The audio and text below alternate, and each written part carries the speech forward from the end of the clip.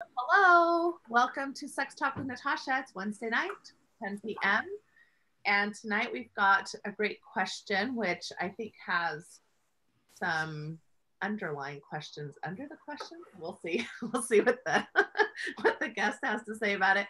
But we're going to be talking a little bit about what some of the motivations might be to consider non-monogamy in your relationships, and in particular, the way that the question was asked was, am I interested in non-monogamy because of prior, damage?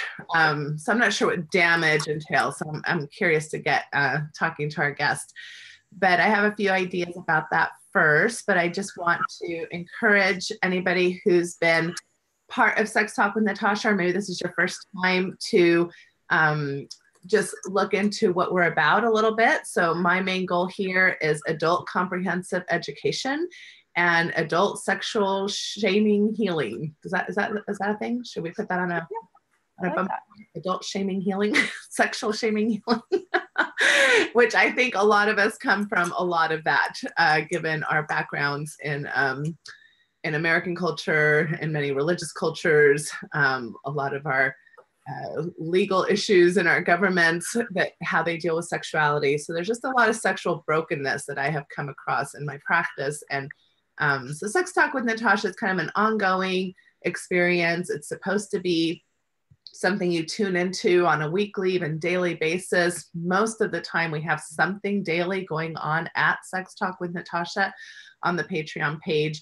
So whether it's a daily action or a blog post or a live kind of event like we're doing tonight, there's a community page where you can actually ask me questions directly or interact with other patrons and subscribers to share ideas and thoughts. And there's also a way that you can email me directly through being a subscriber. So there's lots of access that you get to me for a very affordable rate.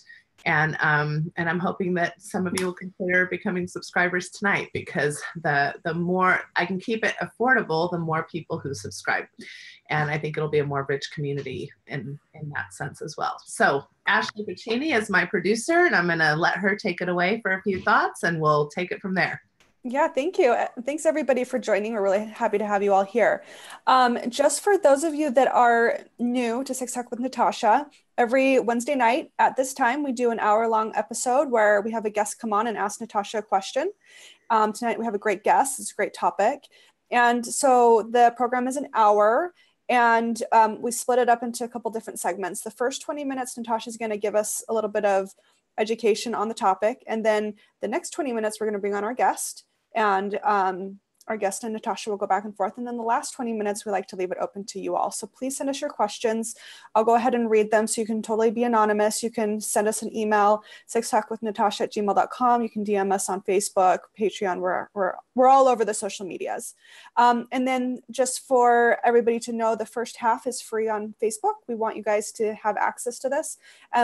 For those that want the entire episode, we have the full episode on Patreon. So just head over there and become a subscriber over there. And it's just patreon.com/sextalkwithnatasha. And like Natasha said, we have some great resources over there. And if anybody is interested in seeing Natasha professionally, you can always check her out on her online practice at Symmetry Solutions. You can just go to symmetrysouls.com. So thank you everybody for joining, and we're excited to have you here. And I'm going to pass it over to Natasha. All right. Thanks, Ashley. I appreciate that. All right. So tonight's topic is, I'm going to call it kind of rethinking monogamy, just from a little bit of the bullet points that I want to make. But I'm not exactly sure if I'm hitting on the bullet points that my guest is interested in. So I'm probably going to go to my guest sooner than normal tonight, just so you're prepared, Trevor, for me. But I think that we live, so the stats are that currently all industrialized nations in the world are primarily monogamous cultures. And what I mean by that is that most people find themselves in monogamous long-term relationships, and that's kind of considered the cultural norm. And so along with that, we also have a lot of patterns and beliefs and legalities that go along with that, as far as how our governments are set up. And when there's been studies done just on what the ideas are around monogamy versus non-monogamy, it comes back from a high percentage of people, so we're talking like 70 to 80% of people consider monogamous relationships in a long-term type setting, whether that's marriage or long-term live-ins, etc., as the healthier, better choice.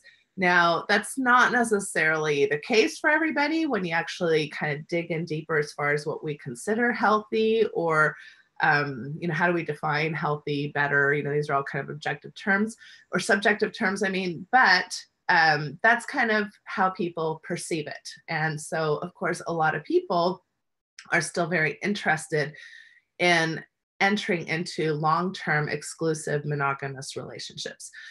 So that gets me to my next point, which is, well, so we all have like really good intentions. And when they survey people who are like newly married or about to get married, or probably like in the first year or two after marriage, you get a lot of ideas or a lot of feedback saying that, of course, I'm not going to, be unfaithful. There's not going to be issues in that regard. Of course, I trust my partner.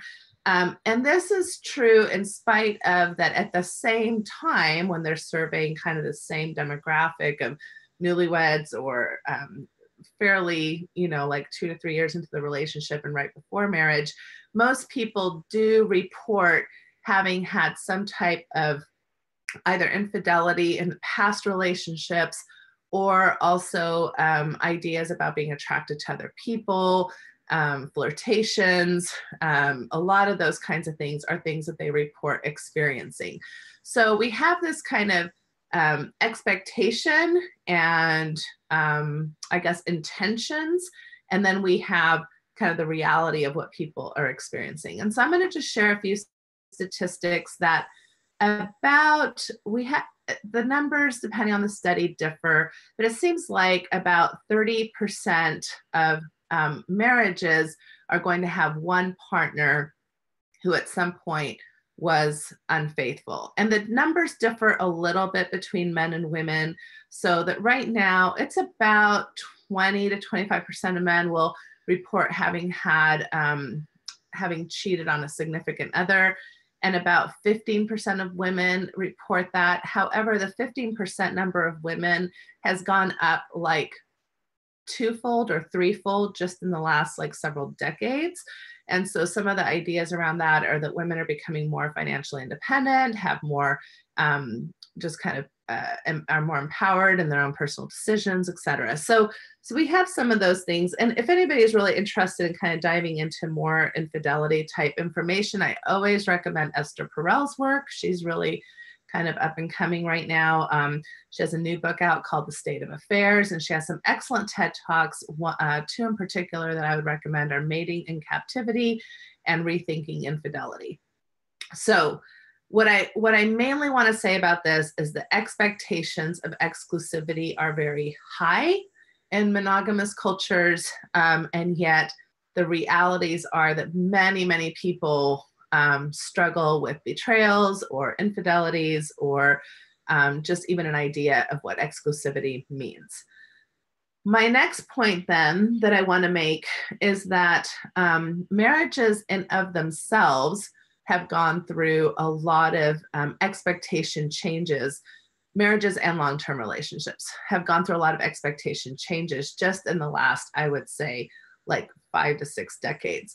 So where marriage used to be kind of more of a contract that really provided a lot of financial stability or physiological safety, or kind of agreements between family or community systems, we've really moved into marriage and long-term relationships being much more about personal fulfillment, self-esteem, like this is somebody who's supposed to build me up and help me out and do better in life and meet my needs and love me. And so all of these kind of romantic expectations that we place on long-term relationships, that's quite different from kind of the history of marriage as, the human race has known it throughout, millennia.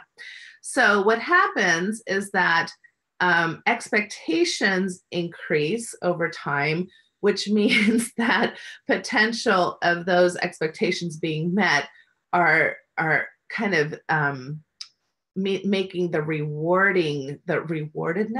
rewardedness of relationships go down. So people feel less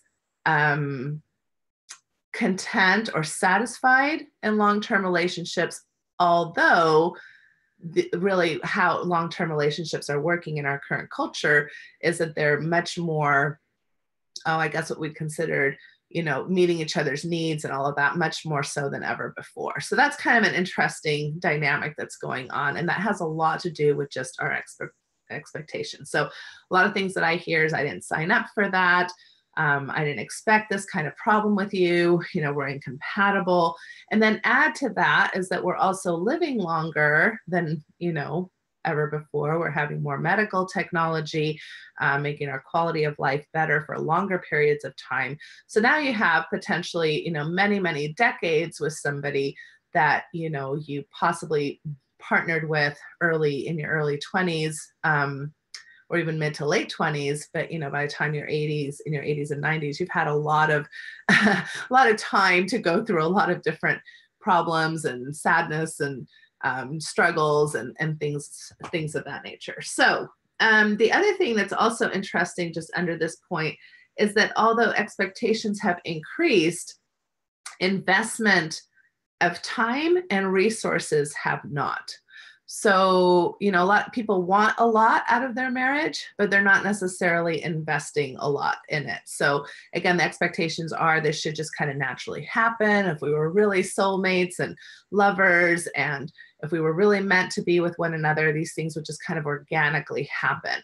And so we get busy in our lives, as I'm sure many of you can relate. We've got work, we've got kids, we've got extended family pressures, we've got community responsibilities, so many different things. We're going in so many different directions.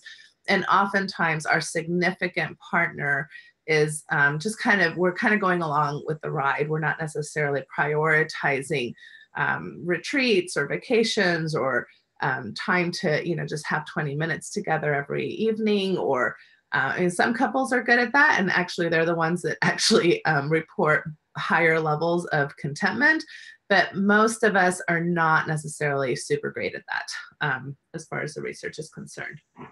So what I want to get to is what the question from the guest screams to me is, how many people are drawn to non-monogamy because either their expectations of monogamous relationships haven't gone as they had expected or hoped, or they've kind of given up, like, well, nobody's ever going to be faithful, or I'm not going to be able to meet anybody who meets all of my needs, or I'm not going to meet anybody who is not going to betray me or hurt me in some way. So why don't I just go ahead with this particular, outlook, which is the non-monogamous approach. And so what I would say to that question, just very briefly, is I'm not sure we have the type of research where we can pinpoint exactly why people either explore or end up living non-monogamous lifestyles completely, like, oh, this is, 30% of people who do that, it's because of this particular thing. However, I do think that there is something to the dissatisfaction of unmet expectations in monogamy that can lead to that. There can also be lots of other reasons that have nothing to do with that would be a reason why people are interested in non-monogamy. So that's a fairly shorter maybe version of my bulleted point, but because I really do want to get into what in particular the guest meant by past betrayals or maybe past baggage, or what his concerns are about why he might be interested in this particular lifestyle. And I may have missed the boat altogether. So I guess we'll just find out. So Ashley, I'll give it over to you. Yeah, thank you, Trevor, for joining us. You should be unmuted now. Can you hear us okay? I can hear you great. Can you hear me? We sure can. Cool. All right. So hi, Trevor. Hi, Natasha. All right. So why don't you give us a little bit of background just to set the stage, whatever you're comfortable sharing as far as your situation and what you're thinking through. So this is Teddy. Hi, Teddy. He's my wingman. He's taking a nap. So I'm 38, and I have 3 sons from my first marriage, and they're 13, 11, and 10. And they live with me during the school year. They live with their mom during the summer. And we live not close to each other. And I remarried in 2012. And my second wife walked out on our marriage and, her stepkids about 90 days ago. And she's kind of been 1 foot in, 1 foot out for a couple of years. And anyways, I mean, she finally pulled the plug, and I've been in therapy and, and that's going really well. And, I feel like, my mental health is in a good state right now. But so anyways, I made a decision at, a point after this happened to try and get myself back out there. And one of the commitments that I made to myself very early on was that, based on, my background of, having been raised a Mormon, I tend to rush into things, you know what I mean? And I tend to, lead with emotion. And then, the second, that sex gets involved, it makes it even more complicated. And it, well, I mean, it makes it easy for me, right? Oh, I'm in love. Oh, there's sex involved. And so I made a decision that I was not going to have an exclusive relationship with anybody because of how fresh off the boat I was from this second divorce. I never anticipated getting divorced the first time, let alone a second time. I was left both times. And I wanted to, to do some self-discovery and kind of figure out what my damage was and how to prevent things like that from happening again. But at the same time, I recognized the emotional need for some companionship in my life. So I put myself out there on some dating sites, and I've lost a lot of weight. Over the past year, I've lost like 100 pounds. And so like, I've got some decent self-confidence going on, and stuff's going well for me in my life. And so I'm getting dates and things are going well. And I try and disclaimer to everybody that I'm seeing, like, hey, like, I'm not really willing to be exclusive. Like, that's not going to be my bag. Like, I'm still, going through this divorce. Like, she left me 90 days ago. Like, I technically can't be involved in anything officially. I'm still married. But beyond that, like, I'm not really willing to fall in love because, like, I don't trust myself to not screw that up right now and to not hurt myself and to not hurt, my partner. And so I'd like to, yes, I'm interested in dating. And, yes, I'm interested in the possibility of, a relationship, but I'm not willing to be exclusive with anybody because, my therapist and I came up with an analogy of like eggs in a basket. Like, a lot of my relationship eggs that I have to put in other people's baskets are broken. And my own basket has a pretty big hole in it. People want to put eggs in it, they're just going to fall out. So that's kind of the analogy that I've used with the people that I've gotten serious with. And anyways, long story short, I have found myself in a position where I was at one point, like, seriously dating 3 women, and I had integrity that I'd like to believe that I have in my life. I tried to be forthcoming and, fully disclose that to each of them, what was going on, and have really hard conversations about that, which are not fun, pretty awkward to have. And then, there was a point where it became clear that it was not going to romantically work out between me and one of them. And so it became the 2 of them. And the 2 of them kind of tribed up and started having communication independent of me. And that blew my mind. And all kinds of new stuff going on in my life that I've never experienced before. And then, you know, I'm an idiot and I don't really know what the fuck I'm doing. Am I allowed to say that? Sorry, I don't know what the hell I'm doing. I don't know. You're definitely allowed to have all kinds of emotion and righteous anger, whatever you want to have with me. But I don't know. I don't know. Sorry. We haven't been blocked since yet. Okay. So hopefully just, you know. I don't know. We can pretend I said heck. I don't know what the heck I'm doing. Right. Except trying to be a good person and a good dad and be the kind of partner that I would want, you know, somebody to reciprocate back to me, while also embracing that I'm not really ready to be in an exclusive relationship with somebody. Right. And so I understand that hurts, like the people that I'm involved with.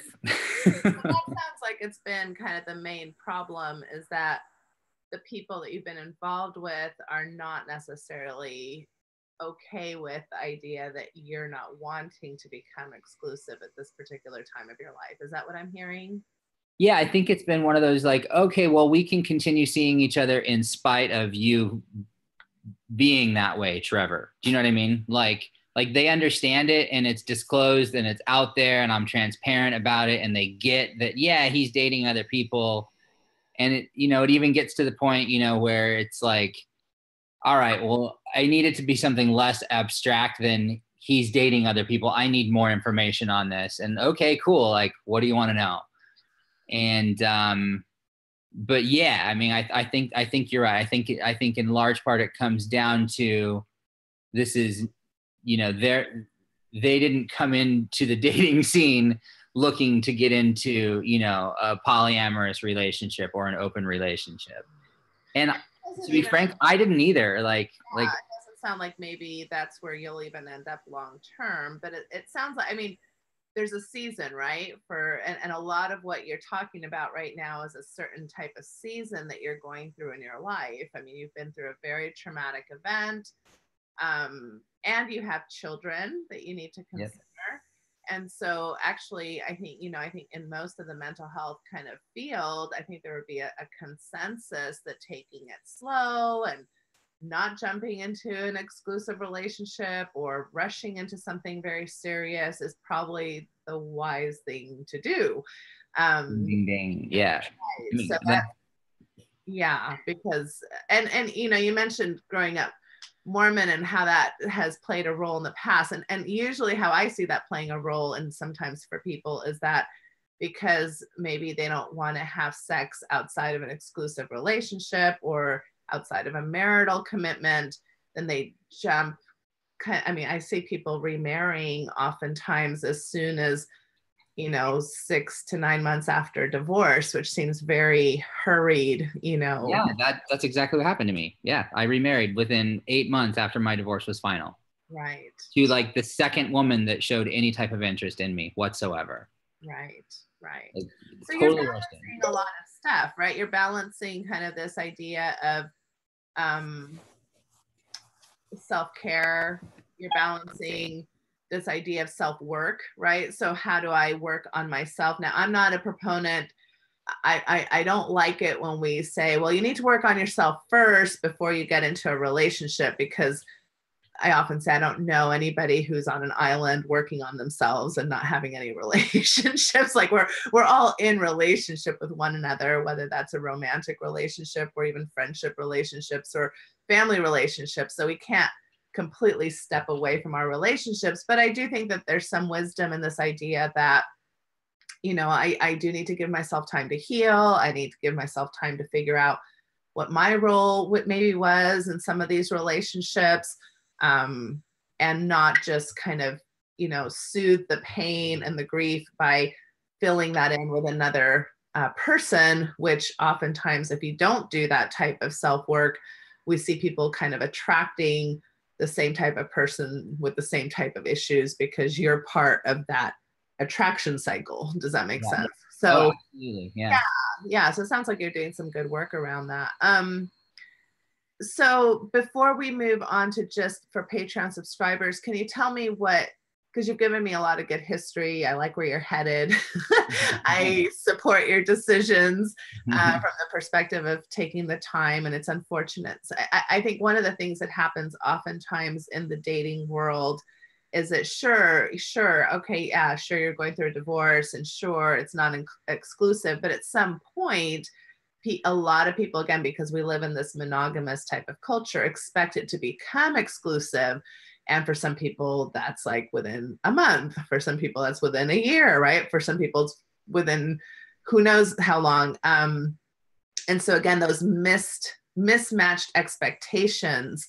And unfortunately, I think I'm probably digging into some deep water here, but one of the things that I think happens is that because we live in a monogamous, privileged culture, people who don't want to make that exclusive commitment, whether it's the man who's usually seen as non-committal, or the woman who's usually seen as flaky or bitchy, or, something, like a man tease. People on both genders get very stereotyped in very negative ways because you're not doing the healthy thing to be willing to be exclusive, when in reality, being exclusive at particular points of your life might actually be the most unhealthy thing that you can do, which is what you're kind of describing. So before we go off, can you shoot me a question or two that you want me to make sure that I cover tonight?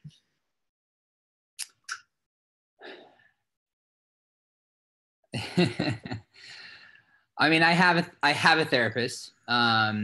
So, I mean, I guess the question, I'm just interested in your perspective based on your background and our having previously crossed paths, and my knowledge of who you are as a person and your values and your sex positive outlook on things. So that's really why I'm excited to be here. So, yeah, I mean, I kind of want to take it back to like the fundamental there. Like, I mean, like the original question of,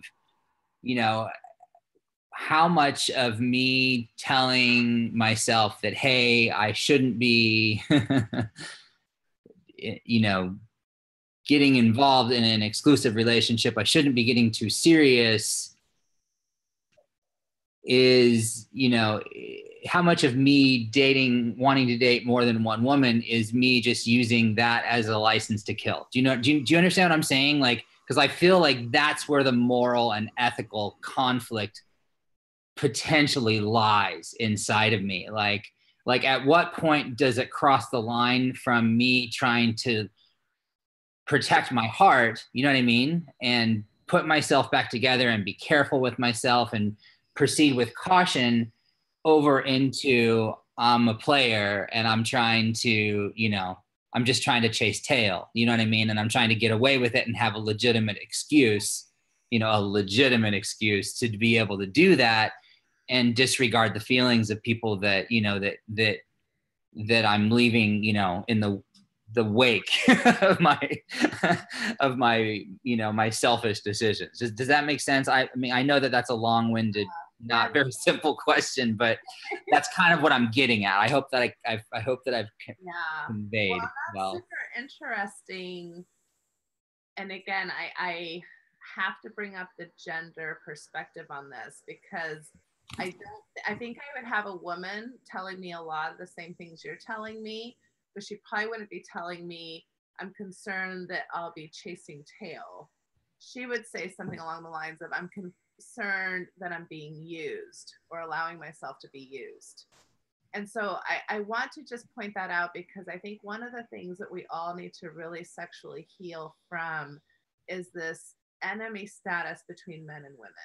That men are a particular way, that men are only interested in sex and getting tail and getting laid, or whatever these terms are, and women are the gatekeepers, and or having threesomes. I just got to add that in there, like dating two chicks at the same time, three chicks, like it's like, yeah, it's this fixation.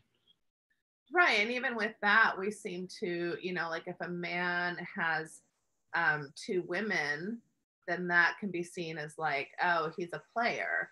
But if a woman is with two men, it's like, wow, she's empowered, right? And so again, it's interesting how a lot of these things, when you put on the gender lens, you'd say, if this was a woman talking to me right now, how would the conversation possibly be different? If this was a man talking to me, how would the conversation possibly be different? I think that's an important thing that we should all be thinking about. What I want to continue to talk about, which is when we take it off of Facebook Live here in a minute, is that you've presented a lot of what I call the principles of sexual health. You know, when you say, when you're dating and you're saying, I'm not ready to be in an exclusive relationship, that's you being honest. Honesty is one of the principles of sexual health. And so if a woman or a man says to you, well, that's fine, I'm fine with that, and then yet comes back to you 3 weeks later or a month later with that not having been fine, then they weren't being honest with either themselves or you. And so that's not necessarily on you. And I think that that's where the conversations go awry, and why people, but then we tend to villainize the person who's non-exclusive versus the person who is wanting to be monogamous. Because even if it was the person who was wanting to be monogamous who wasn't honest, well, but you're the one that's not fitting in the cultural norm. Does that make sense? Yeah, I got dumped last night by one of the two women that I've been dating. And I mean, I absolutely need to take responsibility for stuff that, for poor choices that I've made in the relationship. And there's things that they brought up, both of them. We had a meeting of the three of us, but well, let's go into that after Sure. we say goodbye to Facebook. But what I'll say about that is it's okay for somebody to say, what I thought I was okay with, right? You not being exclusive with me, I thought I was okay with that, a month ago. And I've come to realize through my own experience and living with that, if you're not ready to move into an exclusive relationship, well, I can still respect that. You were honest with me about that from the beginning, but I no longer am comfortable in that. Yeah, things evolve, feelings evolve, absolutely. But for somebody to somehow shame you or say, well, what's wrong with you? We've been together 3 more weeks. Why aren't you ready to be exclusive? That's very different. That's manipulation, not necessarily recontracting. Okay, so there, I'll say goodbye to Facebook Live, I think. Ashley, right? Are we on that? Yes, that's perfect. You're great. Thank you, Facebook, for joining. All right, so we're going to say goodbye to Facebook, but we're going to continue this conversation because there's so many different things that I'd love to talk to you about that are so interesting in this case. All right, let me finish up here and post that, and then we'll keep going. So the other thing that I would, well, why don't you tell me a little bit more about this breakup? Because it seems like, do you feel like it was, which category do you think it well, fell? so I don't think it's fair to categorize it. I mean, I can give you context. I mean, I had been feeling a little bit, I guess jealous that, girls that I had been seeing who had told me that, she had stopped seeing other people had basically come back to me and said, hey, I'm having a hard time during the times that I'm not able to see you because of the constraints of our relationship. And for my own mental health, I need to start dating again. And, and so she did. And I became uncomfortable with the idea of her sleeping with people in a specific context. And I brought up my feelings about that. And I also brought up my feelings about disclosing the status of our relationship to people that we get involved with outside of each other, because I've been actively doing that. And that was not something that she felt comfortable doing. So we didn't really meet eye to eye on either of those things. And this all came out because I had suggested that maybe we consider applying the boyfriend girlfriend label to ourselves. I feel like things had kind of already evolved to that stage between the three of us in our separate relationships. And I invited them over to talk about that together because of the relationship that they have independently with each other. So anyways, really good intentions, I thought, all around. You know, they had good intentions. I had good intentions. The road to hell was unfortunately paved with those good intentions. And, you know, they both ended up expressing that it's really hard for them to be involved with me, knowing that I'm involved with the other. And it's really hard for them knowing that and accepting that and dealing with that, also knowing that not only that is the case, but that I'm continuing to date others as well. And that if I want them to have that girlfriend label, that I need to, you know, forego dating others, and just be content to be with the two of them as my girlfriends. And if I wasn't going to be okay with that, then I needed to shut the hell up about, you know, my concerns about who one of them, you know, or where she was sleeping with her dates and the level of disclosure, basically. I feel like you were fair about, like, I'm not exactly sure I'm completely understanding all of the intricacies of this, but do you feel that you had different expectations of them than you had of yourself? So like, I feel like I've been upfront, like, but in terms of like, are they allowed to date other people or sleep with other people? And like, no, I mean, like they're like that's been completely open. I mean, one of them has not been interested, and has just wanted to focus on what she has with me, and that's okay. It puts a lot of pressure on me, obviously, that, you know, that's all of her eggs, you know, in my basket that's broken. But and then the other one, you know, we met kind of, you know, she's going through a divorce right now from her wife, and like she's in a weird spot because they're still living together, and she doesn't want to be like broadcasting that she's dating, so she's kind of on the low. And so it was mainly just to like meet and like hook up, right? Like that's kind of how the relationship started. And then because I'm Mormon, it's very difficult for me to dissociate sex from emotion.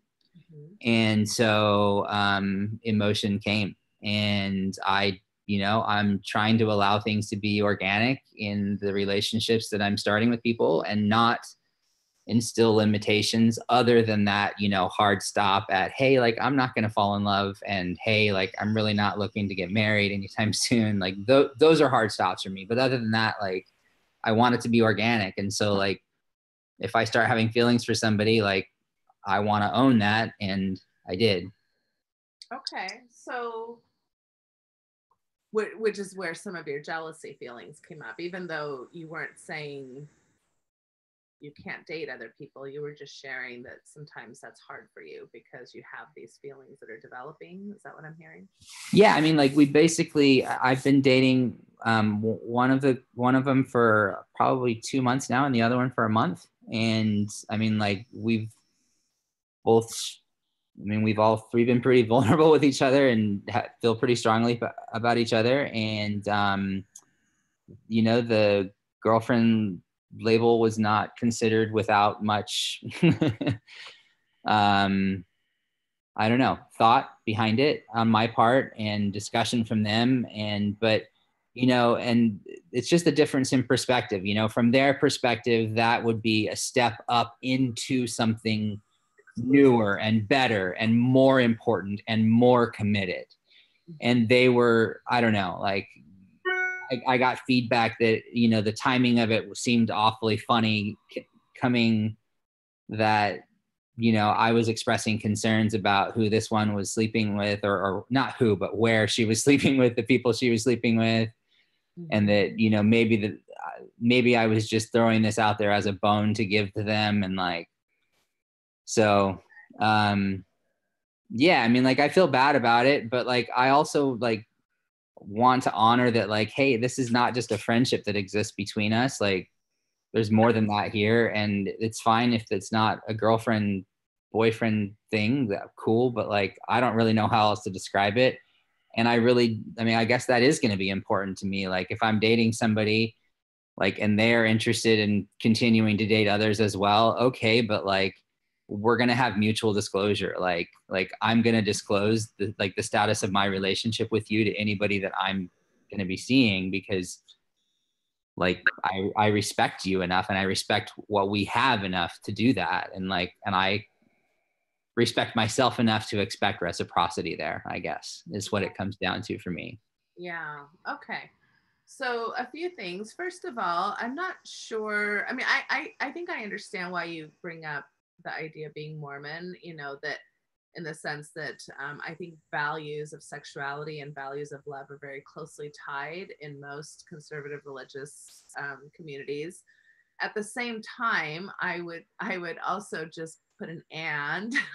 Many people find emotion to be tied with sexual contact. So that's not necessarily just, I don't want you to be thinking that's just, I'm kind of a broken Mormon person because I start having emotions when I start having sex with people. So actually, I think that's a normal part of who you are. I think that's a nice part of who you are, right? So, I think that a lot of people start developing emotions and closeness and familiarity with people who they feel comfortable enough to be having sex with, right? So that in of itself, that's okay. It's okay to have emotions. It's okay to have this sense of connection with somebody. But a lot of times then it's like, okay, so the next step is, what is that going to mean for us, right? So because we're having these feelings, because we have this connection, does that mean that we're not going to move in together, right? Does that mean that we're going to co-parent together? Does that mean that we're going to make financial decisions together, right? Does that mean that we're going to be exclusive and not have those types of feelings for other people or not?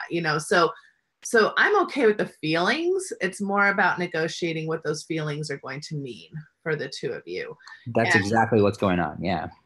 And sometimes, and what you're finding, and I don't know that it necessarily needs to be touted from a failure perspective. I think what you found in this particular situation with certain people is that you decided that those things were going to mean different things for you, that what it was going to mean for you was not necessarily something that was comfortable. And that's why maybe there's a breakup or a pause or some type of relational shift. And if you think about, I mean, I don't care if people want to be monogamous or non-monogamous. But if you just think about it from the perspective of getting two people to agree on something versus getting 3 or 5 people to agree on something, obviously the more people that are involved, it's just going to be more complex because now you have more personalities, you have more people to consider their feelings, right? And what they're comfortable with. And so Preach it. Yeah. It's not that non-monogamy is less healthy or less, it's just more complex to manage because you have more people involved. So what you're saying is, okay, so in my relationships, this is how I'm comfortable negotiating non-monogamy. I want to be upfront about the relationships I'm in. I want, these are the kinds of transparencies I'm comfortable with. Well, that's part of contracting. And somebody else might be like, well, I'm not comfortable with you sharing that kind of information about me, or I don't particularly, share these things. Well, okay, so now we have an incompatibility in how we're comfortable negotiating non-monogamy. And that might either be a deal breaker or something that we're going to have to negotiate. And the number one rule around negotiation is that neither one of us are probably going to walk away completely happy with what we decided on, right? Yeah. Because otherwise it's not a negotiation. So then, I'm going to have to deal with a little bit of discomfort because I didn't get my way the whole way, right? This person means enough to me that I'm willing to negotiate or compromise. So I don't know if that clarifies or at least validates some of what you're experiencing. No, it absolutely does. I mean, and the first time the first person I went out with and slept with after my wife left, like I I had to take it to my therapist because I was really hurting, because she said some, pretty not nice things to me. And like, I had barely known her for, like a week or something like that. And like, my therapist said, "Hey, just chill out, man. It's just incompatibility, bro. It's cool." Like, she doesn't even know you well enough to be able to reject you. It's just incompatibility. And so like, I get that. And I hear you reflecting that, in what you're telling me. And, you use the word deal breaker, and, that word was used quite a bit last night. And yeah, I mean, it is sad. I mean, it's a shame that, somebody that you can feel so strongly about, I don't know, that you feel like you're on the same page, right? Like, in so many different ways can, well, and can so hang just something. before I forget too, I do think that, you mentioned a month and maybe 2 months. That's a very short amount of time. And, and if you look into the work of kind of just psychology of love, we know that in those first few weeks and months, we have a huge surge of hormonal, influx when we first meet somebody.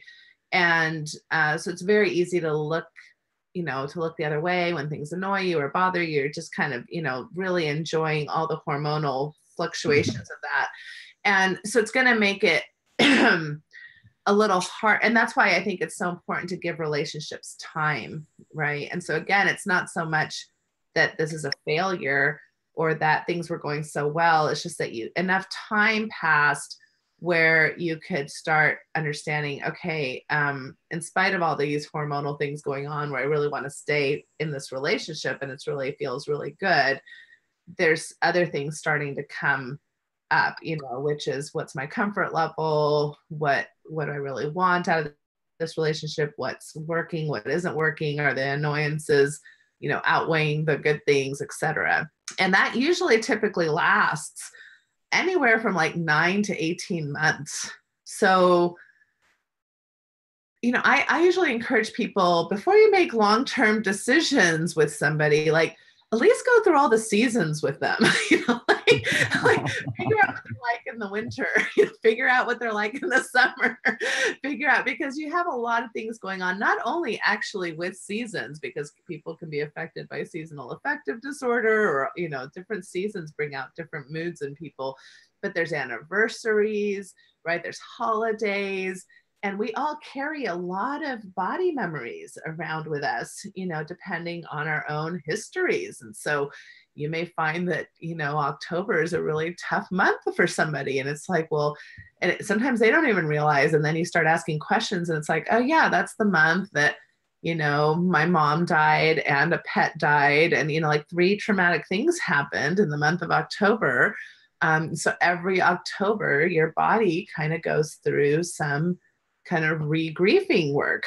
So you need to give yourselves the chance to figure out who you are with somebody and who they are with you through a longer period of time, which goes back to your concerns about not jumping into things too soon that are too exclusive.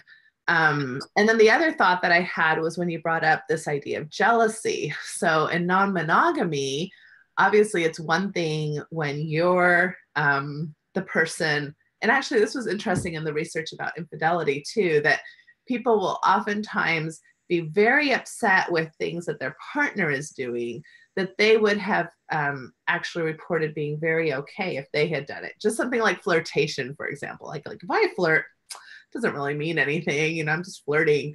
If I see my partner flirt, it's like, holy cow, like that all of a sudden brings up all my anxieties and my red flags. And even though maybe I intellectually can understand that that's not fair or reasonable, it still happens on a very kind of like limbic system type of place, right? Where it's just your instinctual kind of threats come up, which means you're in flight, fight, freeze mode now all of a sudden.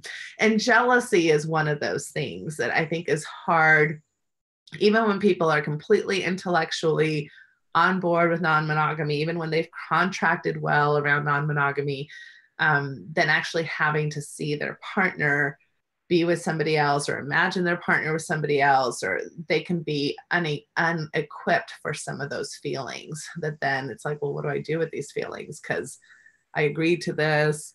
They're not doing anything quote unquote incorrect, but I'm still feeling kind of crummy.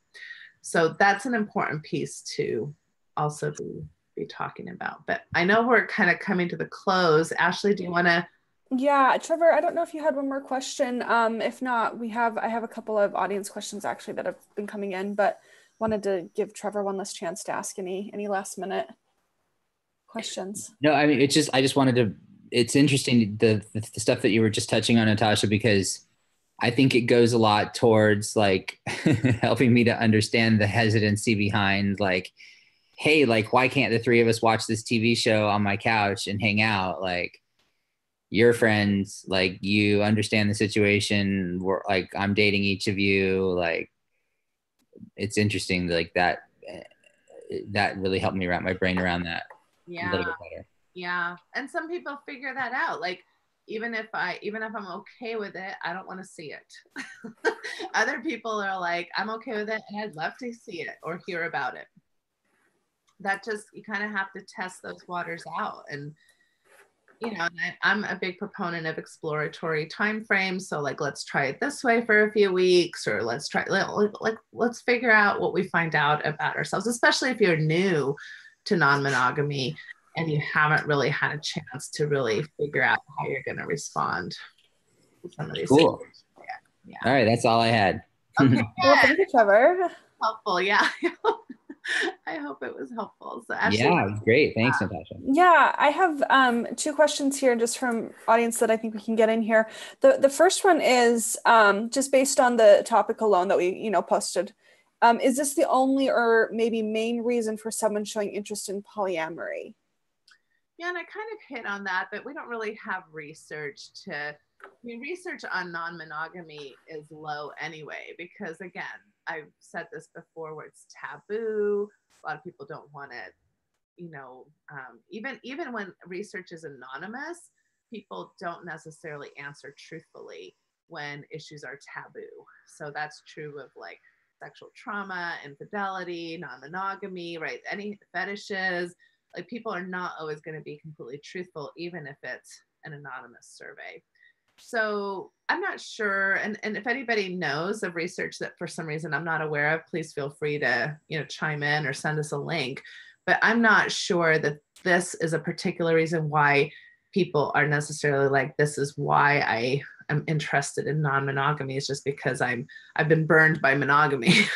I think it can be a playing factor. And for some people, it might be their primary reason. Like, I don't want to be part of those expectations anymore. I don't want one person to just have to fill all my needs. That didn't work for me. I want to be able to have more freedom. I want to be able to, maybe if this person fulfills me in this way, great, but maybe this other person fulfills me in that way. So I can definitely think that it's one of the reasons. But there are lots of people who describe non-monogamy more like an orientation. We're never very much interested in monogamy to begin with.